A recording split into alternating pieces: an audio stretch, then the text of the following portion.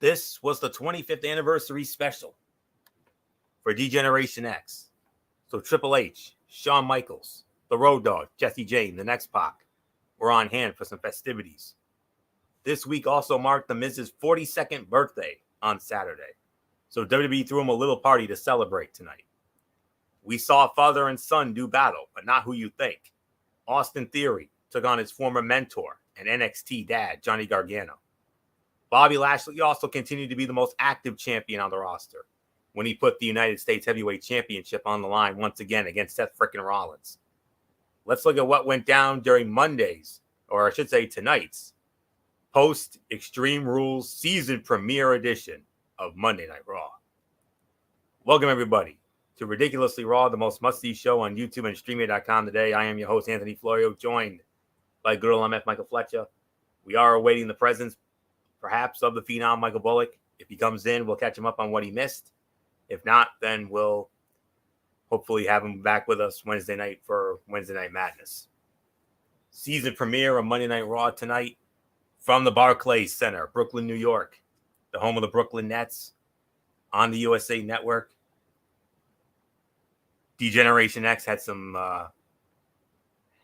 fun backstage before the show started, and then we got into the main show, and we started it off with the Bloodline, the Tribal Chief, the head of the table, Roman Reigns, the undisputed Universal Champion, the Usos, Solo Sikoa, Paul Heyman, the Wise Man, and of course the honorary use, Sami Zayn. They cut a promo and they were interrupted by Matt Riddle, and it led to a match later in the night. Matt Riddle one-on-one with Sami Zayn. So, the typical cookie cutter Bloodline segment as usual. But I will say it was tons of fun and really highlighted how popular Sami Zayn has become, and everyone did a great job with their part. And Sami Zayn is so over with the crowd. The chant when he started talking was so loud. And Jey Uso is so good at looking angry, which is hilarious when you consider that his twin brother is great at looking happy. Zayn even pointed out Jimmy Uso's smile when he was talking about each member of the group. But definitely a solid way to start the show. And it led in to the first match of the night, which was Johnny Gargano one-on-one with Austin Theory. Johnny Gargano wins the match, 8 minutes and 50 seconds. A little pressed for time, if I'm being honest with you. I was hoping I thought they were going to get a little more than that, but for what we got, the finish, the finish was surprisingly clean cut. Johnny Gargano with the one final beat DDT for the win. And this was a fun match, but it definitely left room for them to improve with future encounters. And Theory used his power advantage to control the more physical exchanges, but Gargano's veteran experience and speed allowed him to make it an even fight for the most part. And the student used a couple of the master's moves on him in an attempt to embarrass him, but he was never quite as effective at using them as Gargano. Theory is obviously strong just from his physique, but he has a certain type of explosive power that some people just don't have. He made scooping Johnny Gargano up look like it was nothing. Some wrestlers just have a certain level of smoothness to their work that makes them easy to watch, and Johnny Gargano is one of them. He moves with so much confidence, and Johnny Gargano's tope suicida into a DDT looked awesome. So there isn't much more to say on that. So I'll give it a solid 3 stars for the effort. A little pressed for time, but other than that, a fun little sprint. That's really all there is. So not much more to say here. MF, Johnny Gargano defeating his former stablemate in the way, doing so 8 minutes and 50 seconds for one final beat. Yeah, it's a solid match, good battle. 3 stars for me as well. And the body of work was excellent. I thought it was a solid opener, and both times had ample time. Yes, they were a little rushed in certain areas, but still, It was a good action-packed battle, good back and forth. Neither man, they were both equal if you really think about it. So it gave us an enjoyable match, an enjoyable battle, and for me, I thought it was beautifully scripted, well done. So nothing more to say, Anthony. Let's move on. All right, MF. Next up, Rey Mysterio, one-on-one with Chad Gable. Rey Mysterio wins the match, 7 minutes and 50 seconds. But there was more. There was a lot of post-match stuff here. Dominic Mysterio continued to get in his father's face. Hit me. You know that. Rey still not budging. And then got beat down. And Dominic Mysterio with the ultimate insult to his father, hitting his father with the move that he made famous, the legendary 619. It may not be as smooth as butter like Rey's is, but still, he hit it on him. And then a rare 2-for-1 deal, because after that, the Judgment Day cuts a promo, and it was interrupted by the phenomenal AJ Styles. And, Finn kept trying to recruit him in the Judgment Day, and for a moment, it looked like, everybody thought, "Oh my God, AJ Styles has joined the Judgment Day. They're gonna be worse than ever." Nuh-uh. AJ said, "Yeah, I do have family, but I wasn't talking about you guys." Triple H has struck again. The Good Brothers, the Machine Gun, Carl Anderson, the Big LG, Luke, Doc, Gallows. The OC is back together. The phenomenal AJ Styles and the Good Brothers. Those three against the Judgment Day.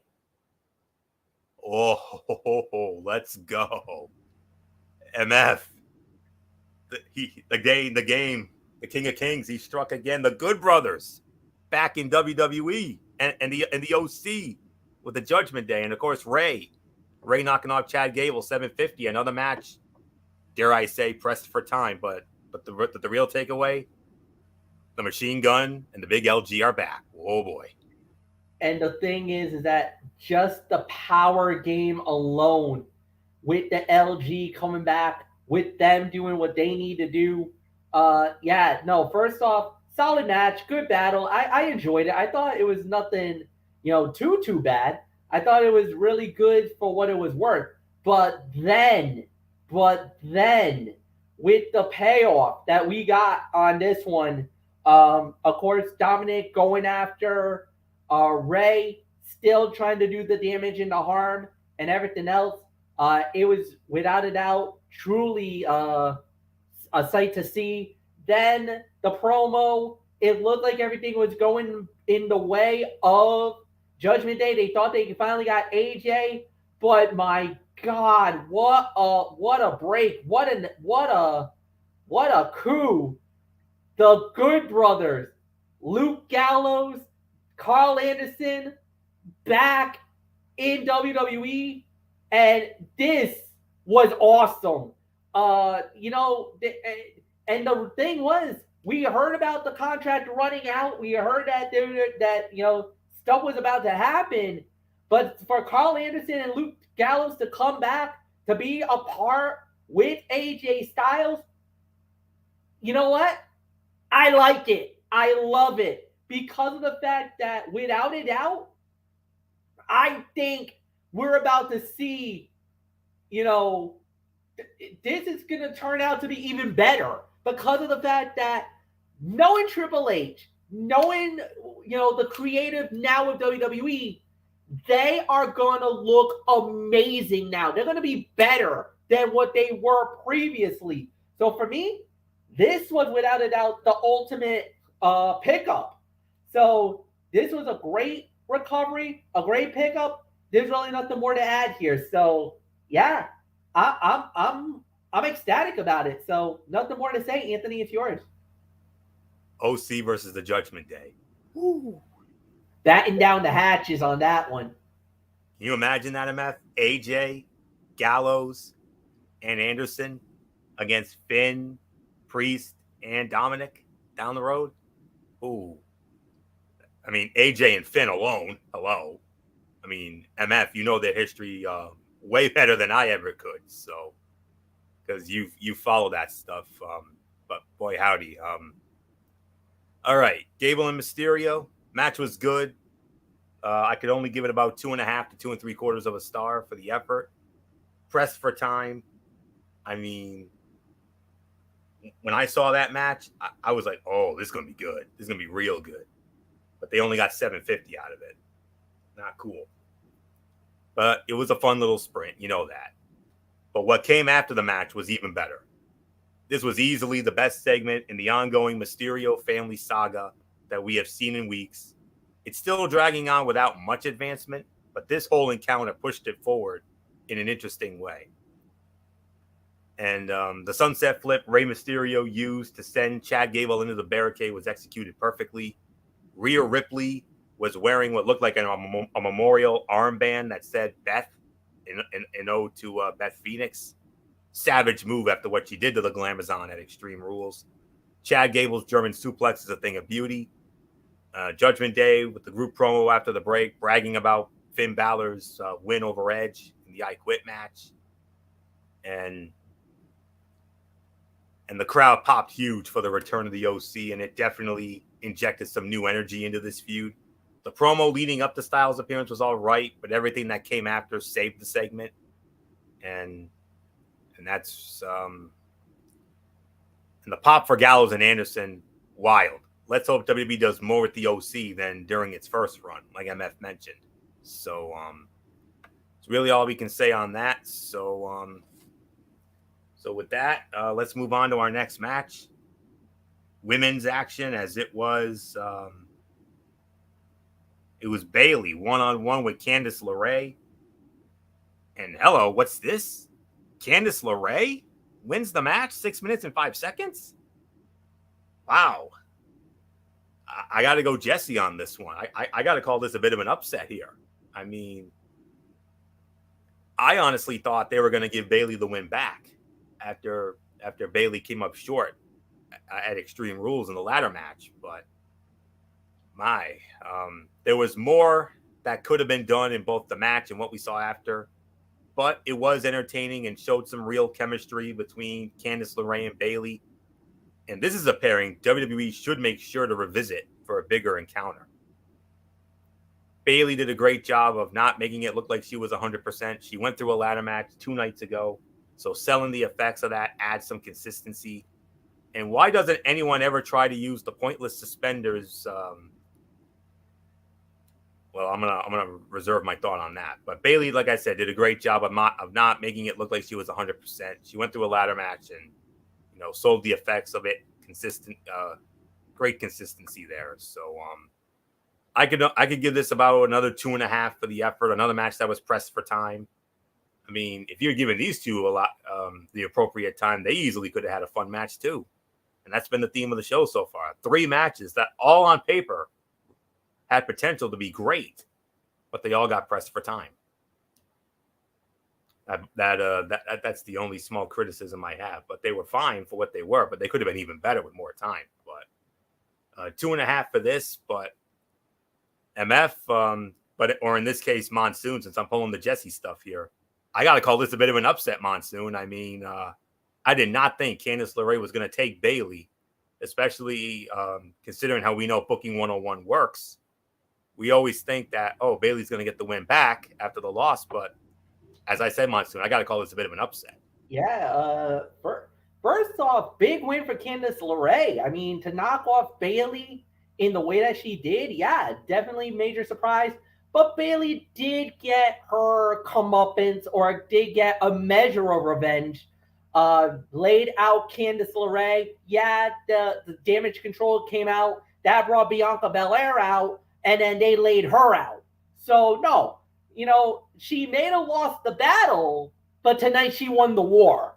So, this is kind of one of those where you don't take, yes, she takes a little bit of a step back with the loss, but she actually does better in the outcome because she got a one up on Candice LeRae, and she also got a measure of revenge on the one and only Bianca Belair, which means you know that's gonna lead to something down the line.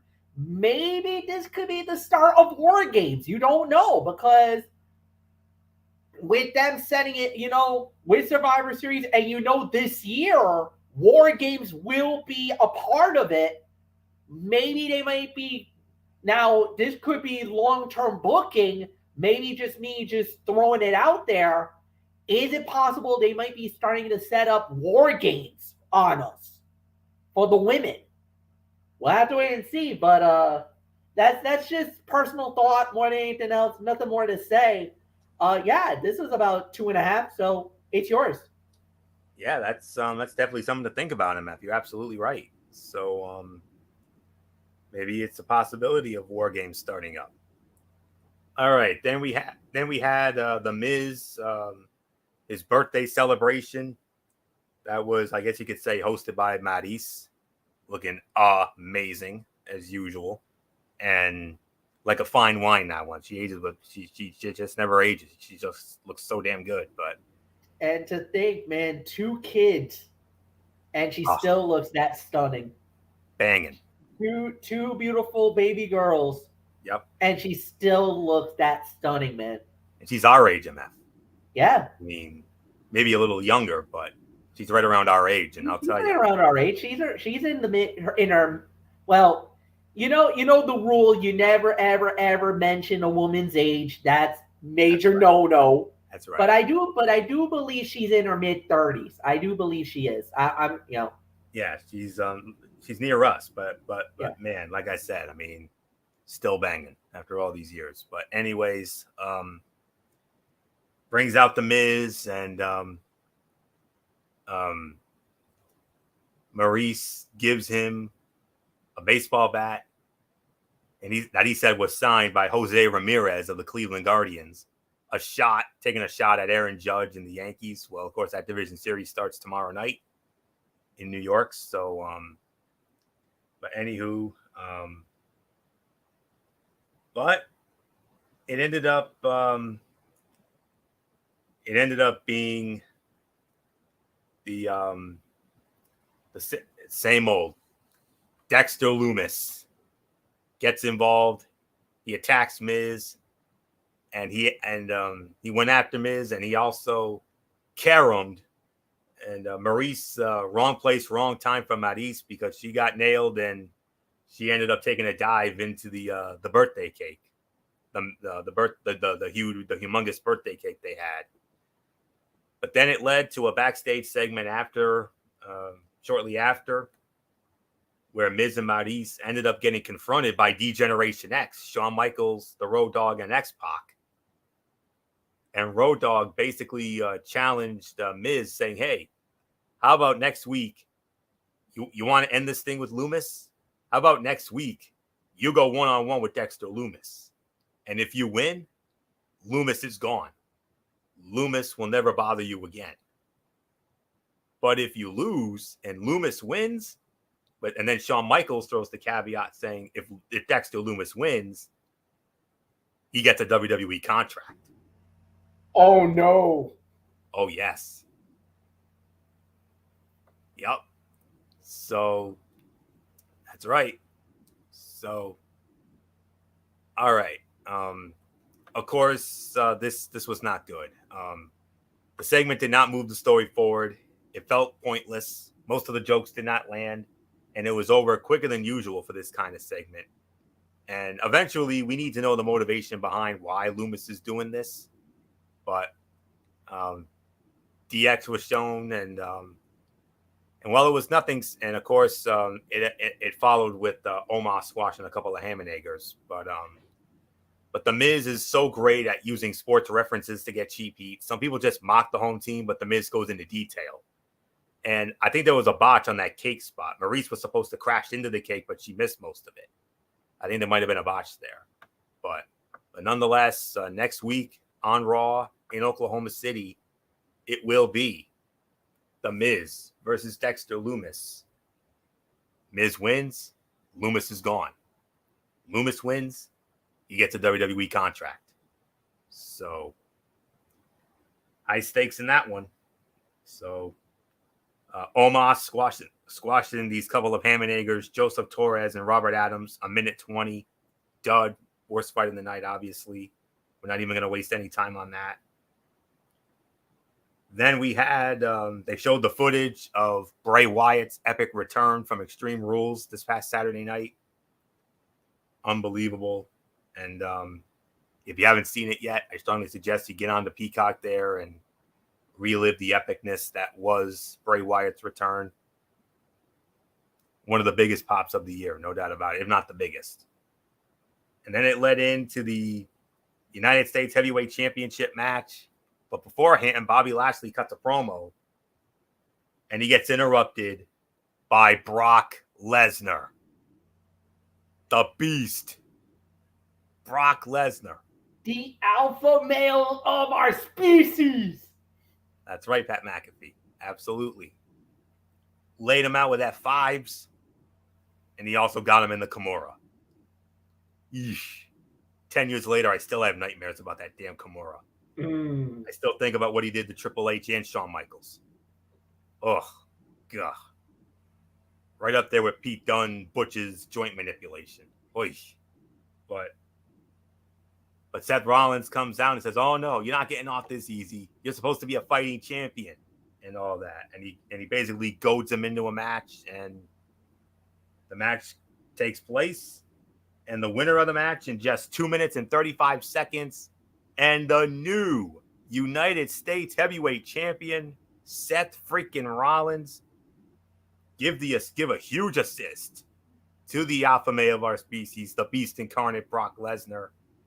And Lashley afterwards saying, "Well,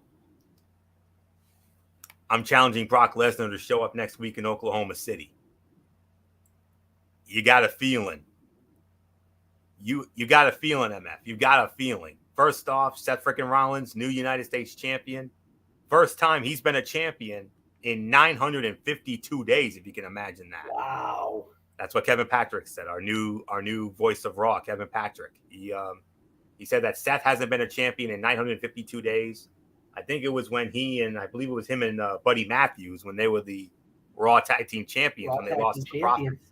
Yep. When they lost to the Street Profits just shortly before the pandemic started. But nonetheless, a lot to dissect here, MF. First off, a new United States Heavyweight Champion. You know the routine in just a moment, but also Bobby Lashley, Brock Lesnar. There's only one place they can do it: Saudi Arabia. Oh yeah, and that's the ultimate thing. That's why everybody was freaking out when Brock showed up, because did anybody think Brock was going to be there tonight? I mean, yes, of course. Season premiere, Monday Night Raw, Barclays, Brooklyn, New York City, one of the 5 boroughs, and something was going to give. But oh my goodness, what an ovation. I mean, amazing. It was the place blew. The place went nuts, man. It was a crazy entrance for Brock Lesnar. And the last time we saw Brock was literally SummerSlam. After his fight with Roman. And the thing is, the timing of the beatdown, what he did was epic. And you heard the crowd. The crowd went bonkers. The crowd loves Brock, man. They love this cowboy Brock Lesnar. He can't do anything wrong, man. He is by far one of the most over guys in WWE today. And then that actually helped Seth Rollins walk away and become the new United States Heavyweight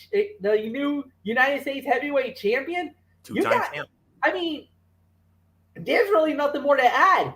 It was a double whammy for Bobby Lashley. Get his butt kicked by Brock Lesnar is one thing. To lose the gold to Seth freaking Rollins and Rollins is by far over now, more than ever before. So I don't know what to say, what to believe, what to think.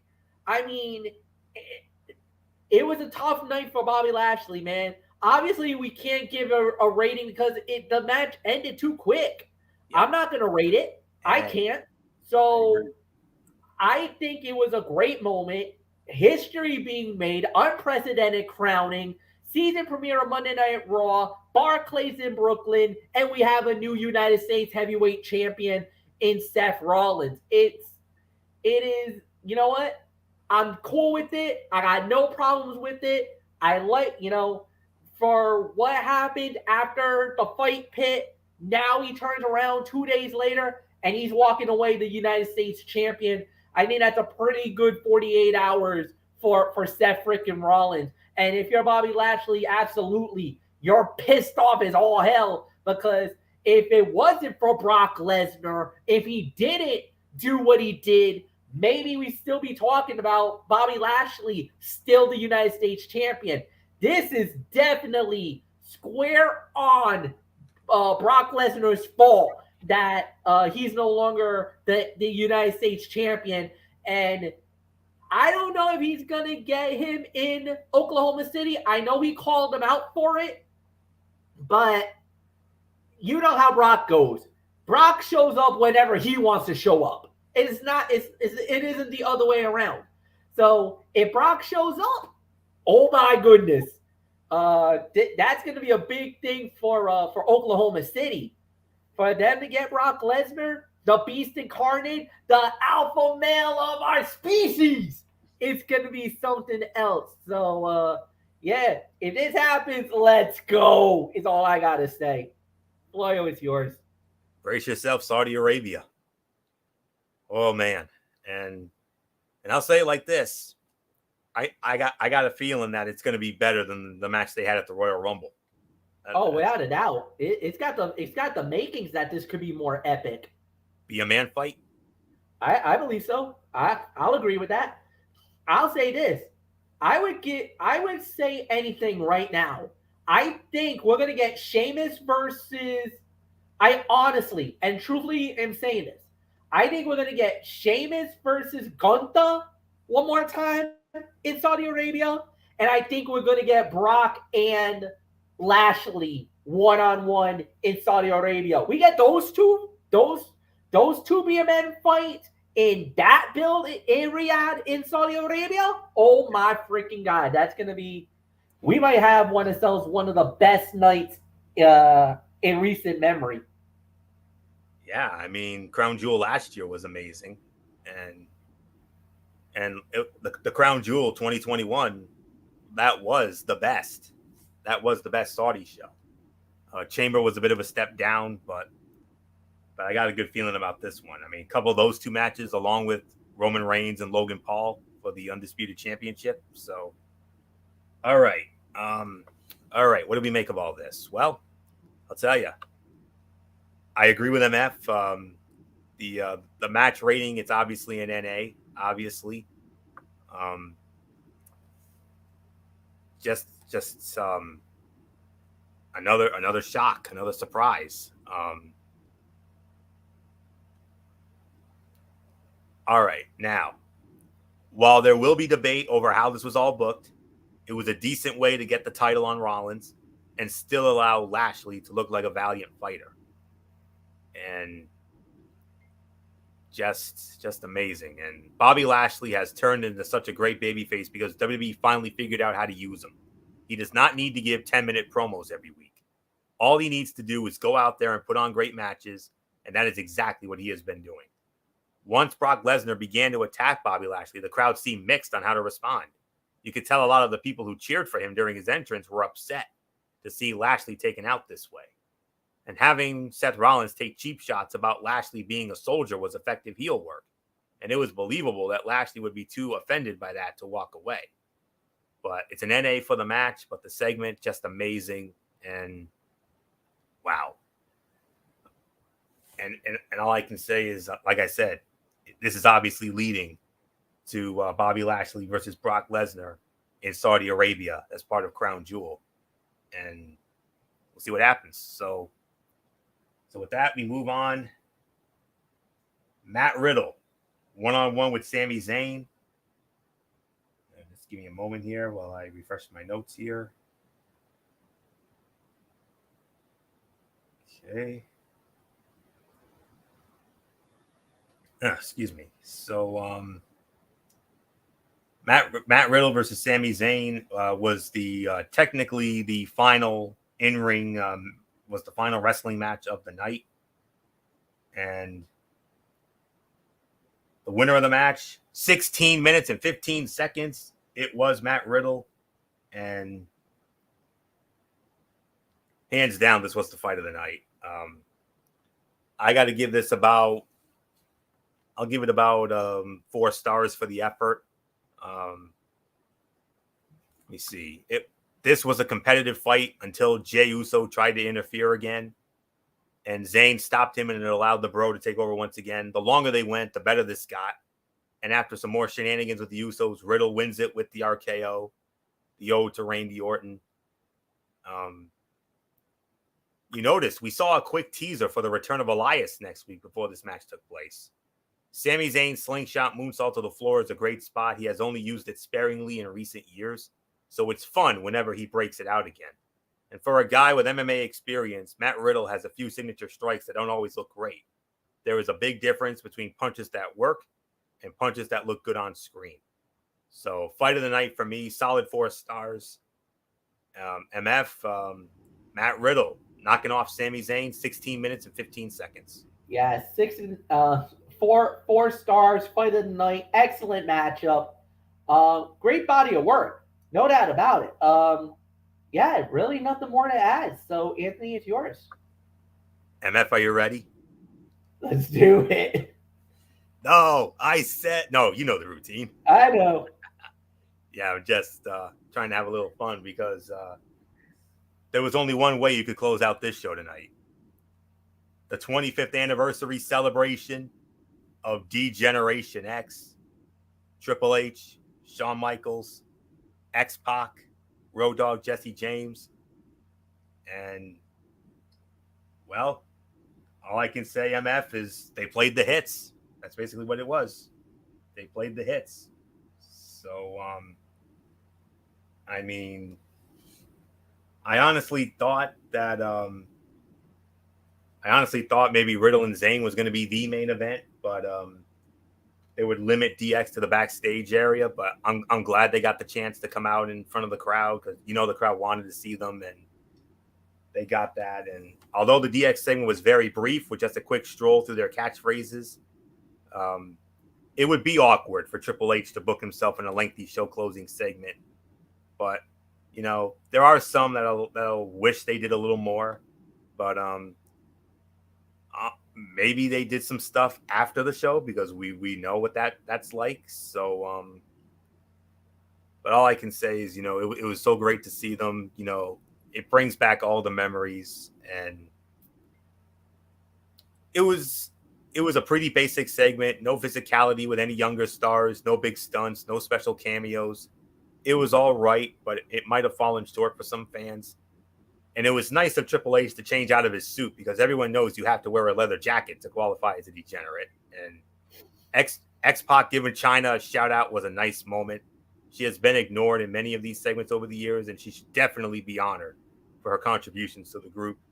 And it was cool how the crowd filled in the blank for Road Dogg by saying "Badass Billy Gunn" during his usual intro, even though Billy was nowhere there. Because we know where he is, AEW, manager of the Acclaim, the World Tag Team Champions, obviously. And yeah,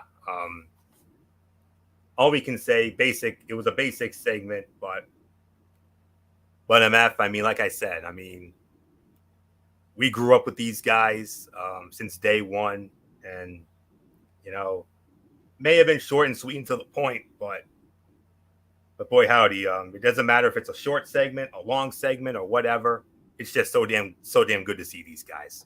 Yeah, and the thing is, we're old enough that we remember when D-Generation X was created.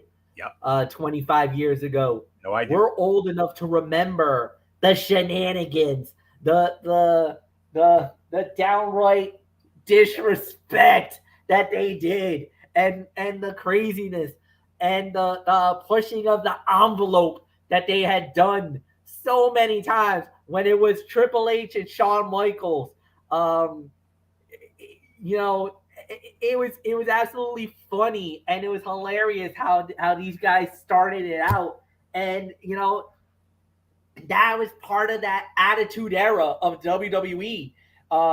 And you know, it was every time you kind of covered your eyes because you did not know what the hell they were going to do next. From strip poker to basically in revealing G strings on for a Christmas episode of Monday Night Raw. Santa never looked so good. Oh my God! To the shenanigans. And Jim Ross saying, "Oh, look at these nuts." Yeah. So it was. You did not know what they were going to do next. Where was that line going to be crossed?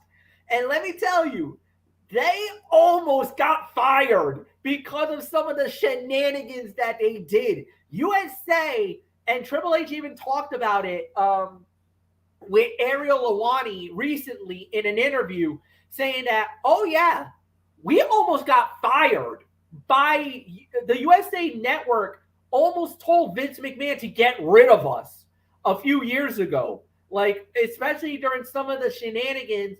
And it was because of their antics, because of their language, because of their lewd acts, their in crazy acts. As a matter of fact, that infamous speech that they did with the we're only allowed to say this at 9 o'clock, this at 10 o'clock, and we're not allowed to show our genitalias and all that stuff.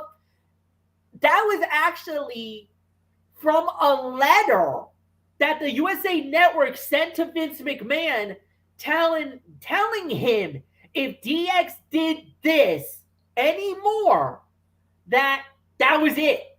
They were going to cross the line, and USA Network demanded DX to be taken out by WWE.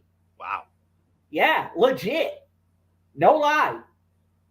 So that's what led to the infamous DX speech on about the standards and practices, and also the little nod of the national pastime being swallow the leader.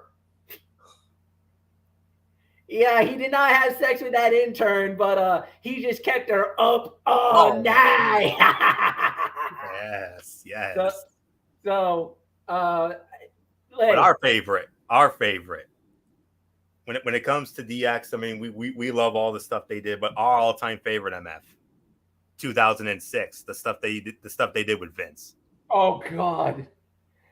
When Triple H dressed up as Vince and Shawn dressed up as Shane, and when they were dancing in the ring, and the whole stand back, and the whole stand back, the slammy thing, and I remember that. The rooster bit.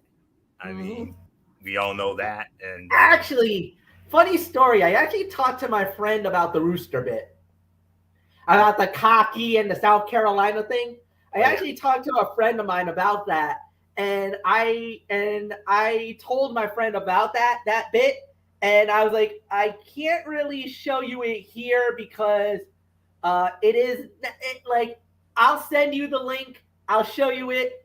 Next thing I know, I get an oh my God, Mike, that was so hilarious. I was like, that was DX for you. So yes.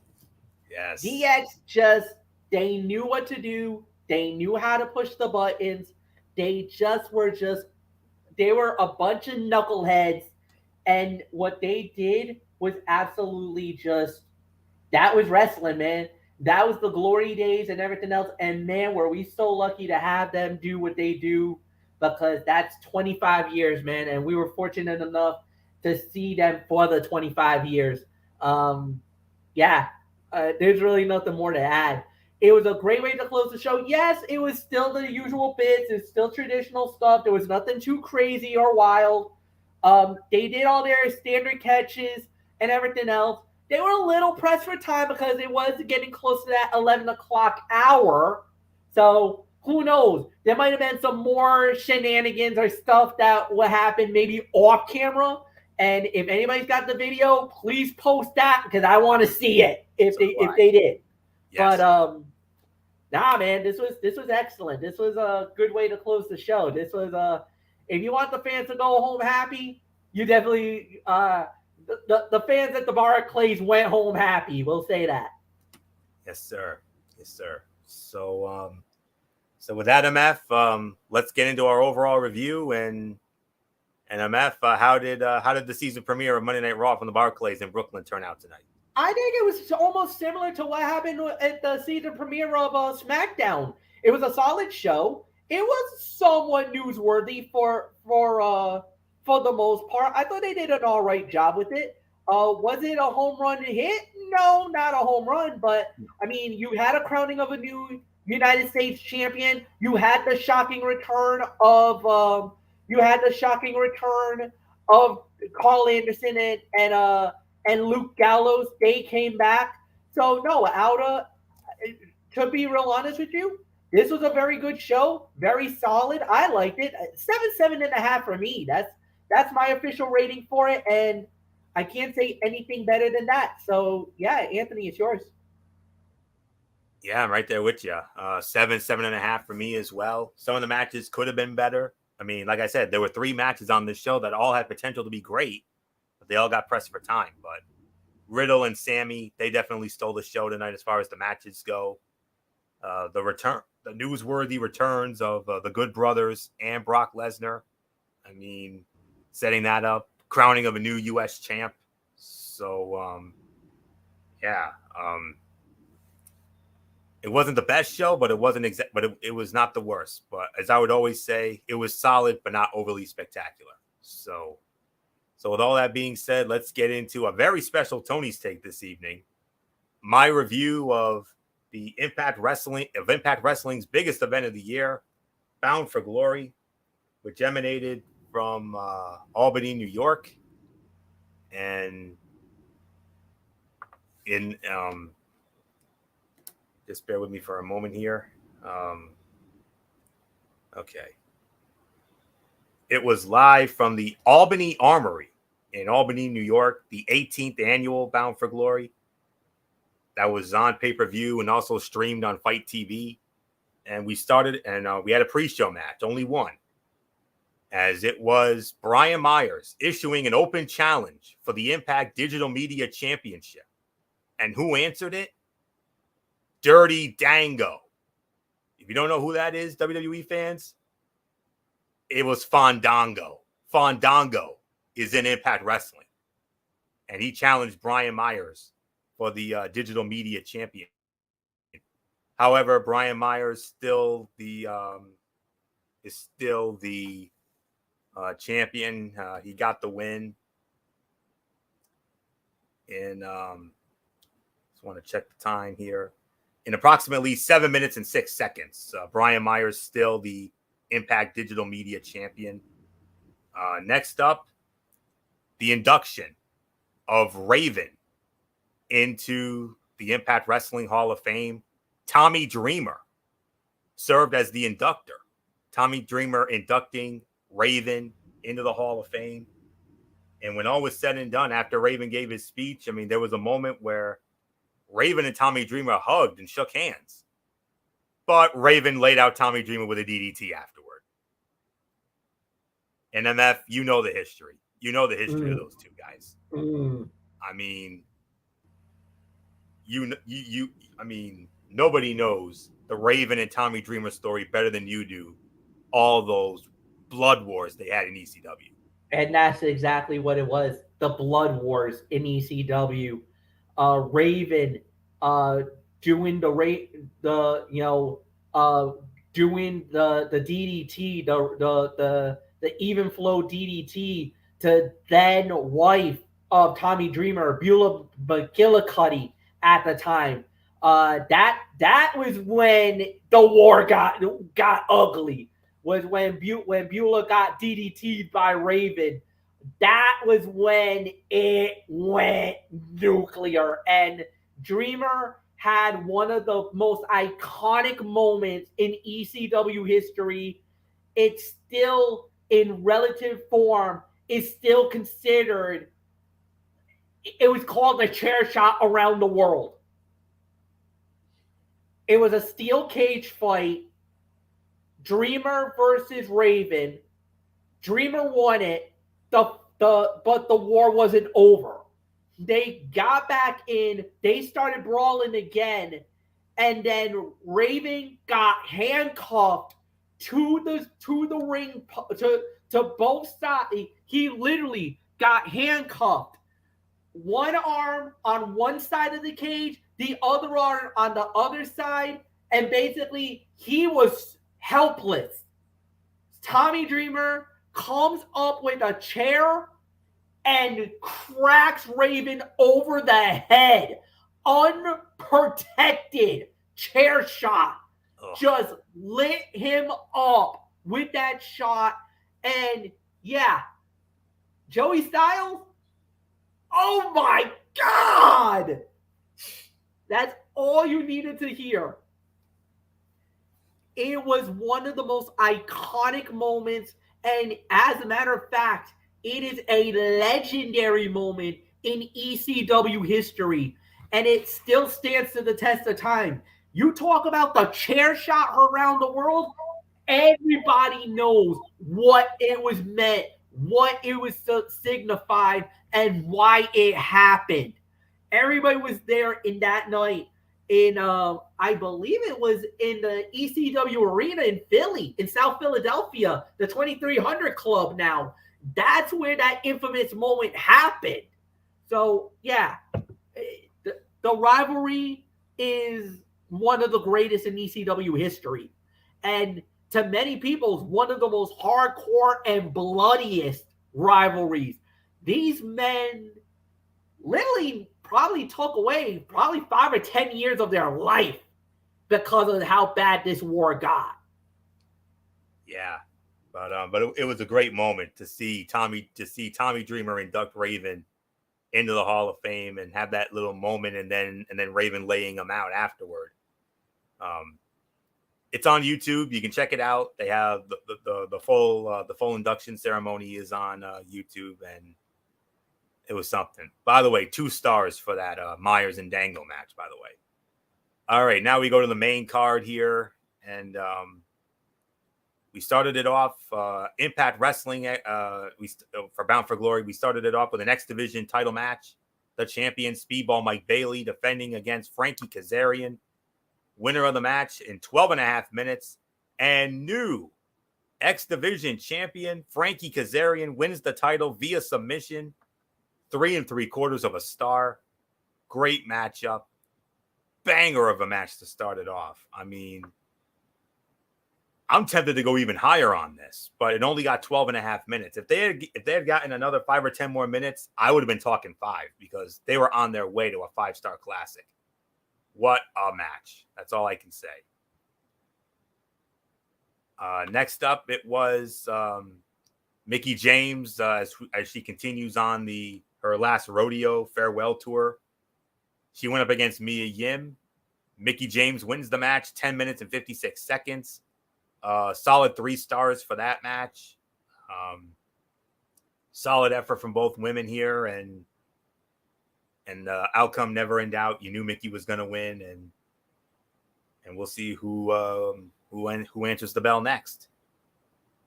Knockouts tag team titles on the line. The champions, Vexed, Chelsea Green, and Deonna Purrazzo, defending against the newly named Death Dolls, Taya Valkyrie and Jessica, Rosemary in their corner. Winners of the match in 7 minutes and 24 seconds, and new Knockouts tag team champions, the Death Dolls, win the titles. 2.5 stars. By default, it was the worst fight of the night, but man, surprising outcome. I thought they were going to keep the belts on Deonna and Chelsea a little longer, but no. Taya and Jessica win the titles. So surprise outcome there. So congrats to them. We go from the Knockouts tag team titles to the World Tag Team Championships, the men's tag team titles. the champions, the Kingdom, MF. You know these guys just as well as Raven and Dreamer, of course. Matt Taven, Mike Bennett, with Maria Kanellis Bennett in their corner. They defended against the challengers and former World Tag Team Champions in their own right, the Motor City Machine Guns, Alex Shelley and Chris Sabin. Winners of the match, 16 minutes and 35 seconds, and still the World Tag Team Champions, Matt Taven and Mike Bennett, 3.5 stars. There were a couple of rough spots, but the crowd was definitely into it. Two top-notch tag teams that could have an even better match or two down the road. And then it was the Call Your Shot Gauntlet Battle Royale. Eric Young was entrant number 1. Joe Hendry was number 2. Steve Macklin, number 3. Rich Swann, number 4. PCO was 5. Savannah Evans was 6. Johnny Swinger was 7. Tasha Steelz, 8. Killer Kelly, 9. Moose, 10. Sammy Callahan, 11. Taylor Wilde, hey now, number 12. Giselle Shaw, number 13. Surprise return at number 14. Bully Ray. Bully Ray back in Impact Wrestling. He came out at number 14. Tommy Dreamer shows up at number 15. Rhino returns at number 16. And there's a moment that MF, it's on YouTube. MF, if you go out of your way to see this, I know it's going to bring a tear to your eye because I know how much you love the old ECW. A special moment between Bully Ray, Tommy Dreamer, and Rhino. I mean, those three definitely heart and souls of ECW, no doubt about that. The old ECW. Rhino was 16, Heath was 17, Bobby Fish was 18, and the final participant was Matt Cardona. And when all was said and done, total time was 29 minutes and 18 seconds, and the winner of the Call Your Shot Gauntlet Battle Royale, Bully Ray. Bully Ray pinning Steve Macklin to win the match with the Bully Bomb. 3.25 stars. I'll tell you what, Bully had some of his best moments in Impact. He feels like he fits as part of the show. Some places he didn't fit so well, but Impact Wrestling feels like Bully Ray's kind of place. And now he's gonna, cash in on a future title opportunity. Be interesting to see what it is. Wouldn't surprise me if it was the World Heavyweight title. And speaking of the World Heavyweight title, well, we'll get into that in a moment. Knockouts Championship on the line. The champion, Jordynne Grace, defending against Masha Slamovich. Winner of the match, 16 minutes even. And still, the Knockouts champion, Jordynne Grace, Masha Slamovich, tastes defeat for the first time in her career. Exactly the type of match I was expecting from these two. I mean, you could call it a slobber knocker, rocket buster, or whatever you want to call it. It was a be a woman fight. No doubt about that. Be a woman fight. 3.75 stars, teetering on 4. I watched it back, and I got to tell you, man, oh, what a match. That's all I can say. It's going to rank up there as one of the greatest knockout title matches in the 15-year history of that title. Well done. Main event of the evening for the World Heavyweight Championship, the champion Josh Alexander defending against the leader of Honor No More, Eddie Edwards. The winner of the match, 28 minutes and 2 seconds, and still the World Heavyweight Champion Josh Alexander, 4 stars. They took their time, told a story out there, which you gotta love. Great matchup here, and then after it was over, Honor No More came out and they attacked Josh Alexander, but Bully Ray showed up and they teased Bully Ray going after Josh Alexander. Like, oh no, it's going to be Bound for Glory 2021 all over again. Because we all remember what Moose did to Josh Alexander at this event last year. Stole the World Heavyweight title from him because of the Call Your Shot trophy. We thought Bully was going to cash in, but no. Bully and Josh took out Honor No More, but then it ended with a stare down between Bully Ray and Josh Alexander. So that's all there is to say on that. 8 out of 10. It wasn't a blowaway awesome show or anything you could live without seeing, but Impact put on a hell of a show Friday night with a minimum of nonsense and plenty of enjoyable professional wrestling. They become a company that I can tune in on a weekly basis and not get all worked up about some of the crazy things they do. But good work from the wrestlers and simple storytelling made this an enjoyable Bound for Glory. And as much as I hated the Moose thing last year, it sure increased the potential drama at the end here, and you got to love that. So it's an 8 out of 10, and I'll have my thoughts on Impact Wrestling, the TV show, the fallout from it. That goes down Thursday night. I'll go back to my normal stuff on that.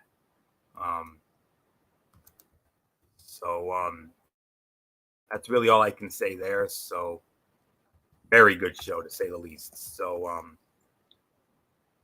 with that, let me quickly get into what was a very busy Friday night in the world of professional wrestling. As it was, because we had the season premiere of SmackDown, we had Bound for Glory, AEW Rampage, and Battle of the Belts. Oh, by the way, which aired after the Rampage, and it started off with Pac defending the All Atlantic Championship against Trent Beretta.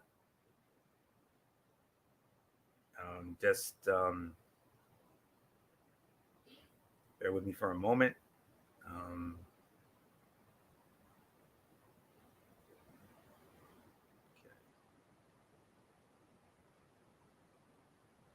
Hold on.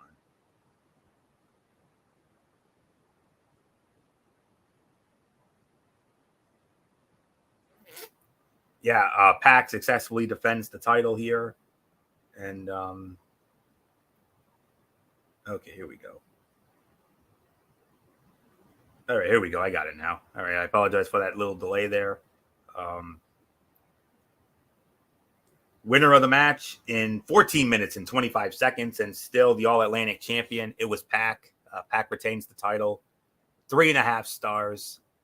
These two put everything into this match, which is even more impressive when you remember everything Pac did in his previous bout. Both men looked great and showed the kind of chemistry that would make you think they had worked together a million times. And then we had the match for the TBS Championship. Jade Cargill defending against Willow Nightingale. Jade Cargill successfully defends in 7.5 minutes. They had a bit of a slow start, but ended up having a pretty good competitive bout that saw both women hit some impressive moves. While Willow came close, Cargill was able to hit her finisher for the win. 2.5 to 2 3/4 of a star for that. By default, it was the worst fight of the night. But after the match, Nyla Rose stole the belt. Nyla Rose stole the TBS Championship from Jade Cargill. So they might be setting up Nyla Rose as the next challenger. And then the main event for the Ring of Honor World Tag Team Championship, the champions FTR, Dax Harwood, and Cash Wheeler defending against the Gates of Agony. The winners of the match in 13 minutes and 26 seconds. And still the Ring of Honor World Tag Team Champions. It was FTR. The match had tons of action, both in and out of the ring, but Gates of Agony seemed to have control for more time than FTR. And solid main event to cap off a fun night of action. And then the ending saw Brian Cage join Gates of Agony to attack FTR, but Wardlow and Samoa Joe made the save, and that's really all there was to say on that. So I could probably give this in excess of 7.5, and the title matches had little to no drama,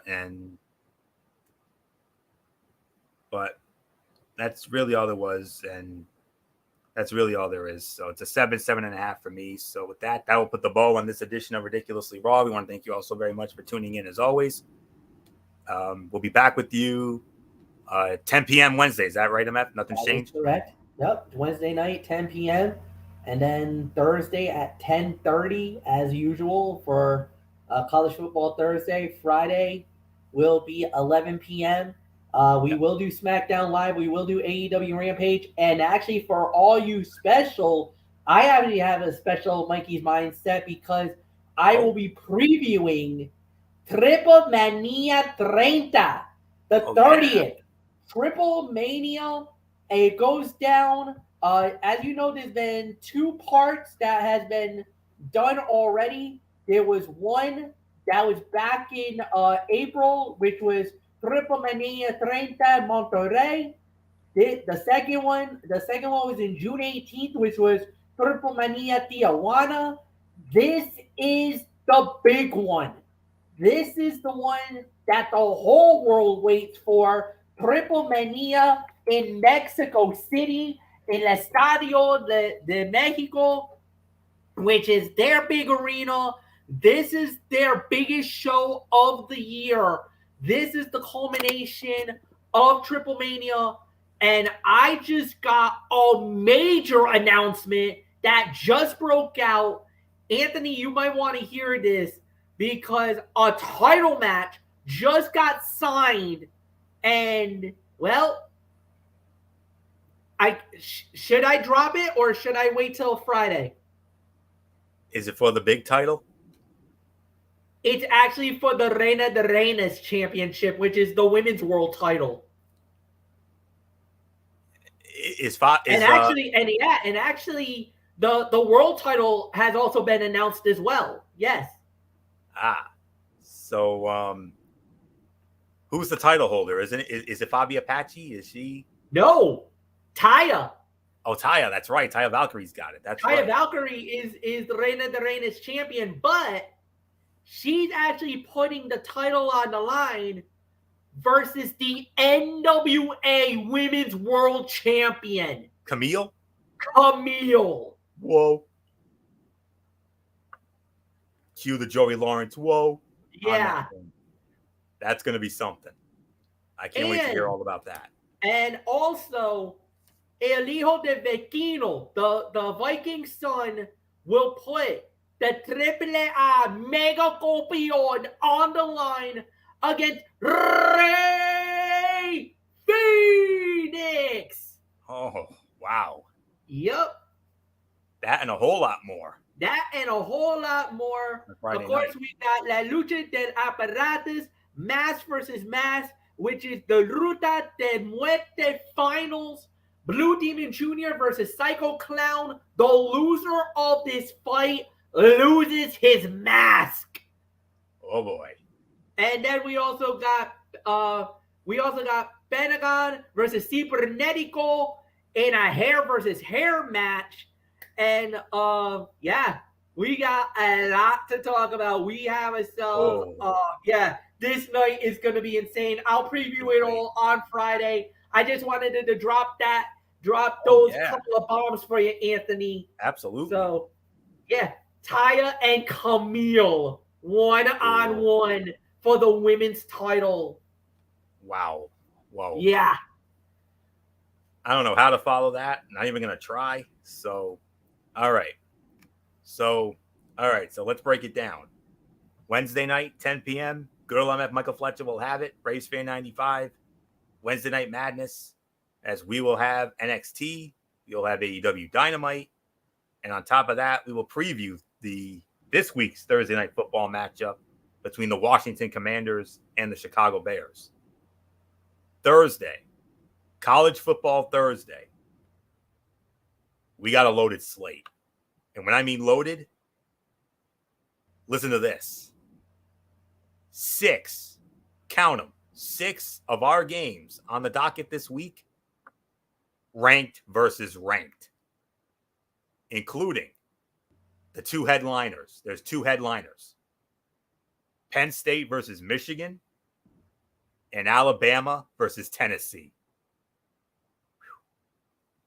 And we got 4 other ranked matchups on top of that. So there's not that many games on the docket this week from what I read. There is 3, 6, 9. Unless there's a lot of bye weeks or something. I only counted 13 games. It's going to be a short week, but 6 of those games ranked versus ranked. Whoa.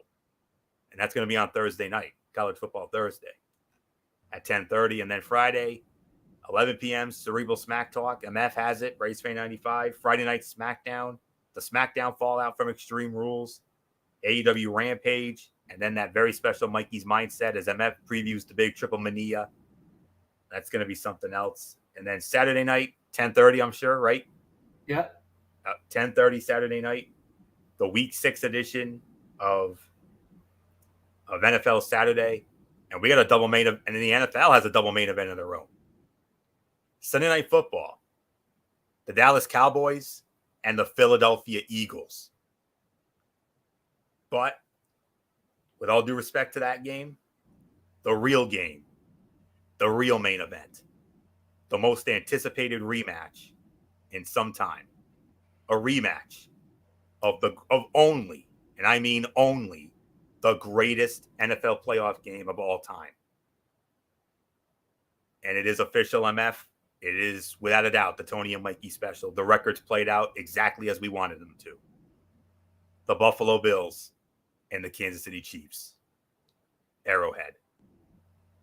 Need I say more?